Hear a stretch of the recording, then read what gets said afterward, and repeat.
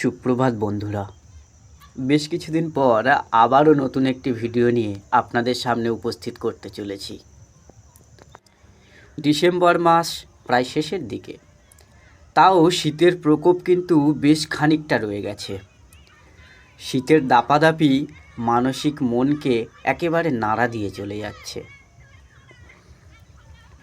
একেবারে প্রথমের দিকের ভিডিওতে আমি দেখিয়েছিলাম মূলোর দানা থেকে ছোট্ট ছোট্ট মূলো গাছ কেমনভাবে বেরিয়েছিল, আর আজকে আপনারা দেখবেন সেই গাছগুলো কেমনভাবে বড় হয়েছে।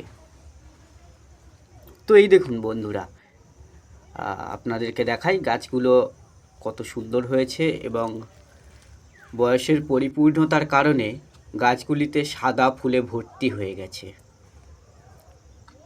উহ, কি বিচিত্র এই শোভা! এই ফুলগুলো যেন মনকে একেবারে উৎফুল্লিত করে তুলছে।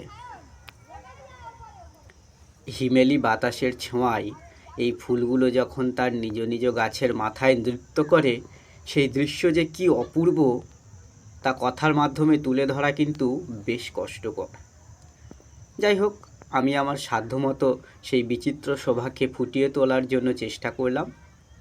জানি না কতটা সফল হলাম কিংবা হলাম না, কিন্তু আপনাদের সামনে এটুকু তুলে ধরার জন্য আমার প্রয়াস করলাম।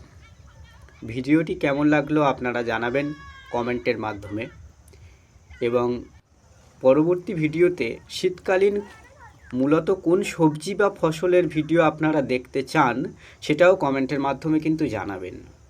আর এই রকমই গ্রাম্য জীবনের নিত্য নতুন ভিডিও পেতে আমাদের চ্যানেল বাংলার গ্রামটিকে সাবস্ক্রাইব করতে ভুলবেন না। নমস্কার।